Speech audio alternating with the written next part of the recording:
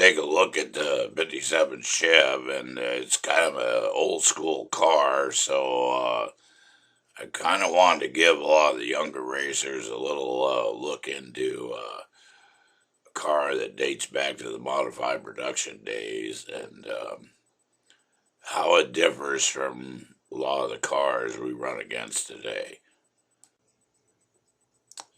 The '57 is a 150 business coupe. With business coupes, they never came with a back seat, nor do the rear windows roll down. One advantage of most of the business coupes is that they came with a full box frame, which makes them a good platform for drag racing. When I started in modified, we ran a 292 cubic inch 283. Then when we went bracket racing, we built 327s, and the current motor is a GM-10 block 350, which we filled to strengthen the cylinder walls, and it has a scat forged crank in it, Manley rods, and Wiseco pistons.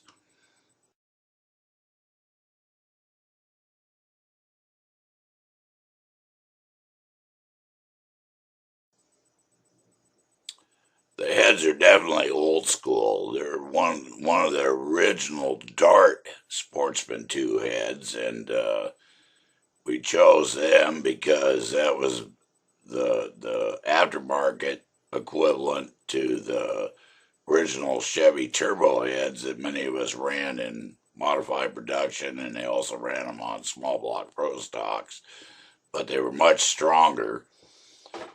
We installed 5/16 stem Manley severe duty valves to help increase the flow, and we had the head CC'd because of their extra deck thickness.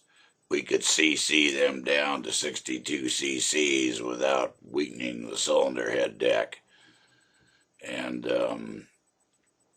Peyton fully ported the exhaust, which was a weakness on these heads, but the intakes were pretty good. So Chris and I modified the intake ports to match up with their old Wyand Pro-Ram manifold that is no longer made, that we ran in modified production. But that manifold was used on a lot of big block cars in pro stock back in those days.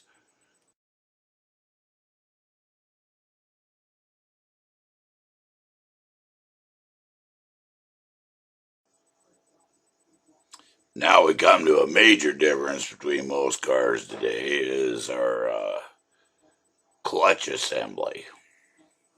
Most cars don't use a clutch today with the great progress made in torque converters. Um, we run a 23-pound Ram flywheel with a 6-paddle Ram sprung hub disc. They make this disc in both the sprung hub and the solid hub that does not have any springs. And the car really loves that disc, but it's brutal on the transmission and rear end gears. The pressure plate is a Ram Ford long style pressure plate, and we set it between 2,000 and 2,200 pounds static pressure. Now, on a newer setups that a lot of the guys in the BC super shifters are running, they're running the McLeod soft lock, where you might run 600 pounds of static pressure with a lot of centrifugal assist, and those clutches work very well. In fact, they're almost a necessity when running a clutchless transmission. Now we come to real old school. We run a Doug Nash 5-speed transmission that hasn't been made for many years. This is a pro shifted gearbox where you do use the clutch on each shift. It runs a 311 first gear, 199 second gear, 149 third gear, a 121 fourth gear, and high gear naturally is 1-to-1. Thank goodness Liberty still makes gears and sliders and can do the shift range for us on the gears, or we would have had to scrap this many years ago. Years ago, we replaced the very fragile old Pontiac rear end with a 9-inch Strange Ford, and that's been a tremendous improvement. We run 583 gears with a 327 and 567 gears with a 350 with a Strange 35 spline, spool, and axles. The car is a ladder bar car. The major change for modified production is that it now has a rear coilover springs in it, which really help the car. But other than that, it's still a modified production trim, which we've attempted to keep all these years since they're so very rare. And that's about it for the car. And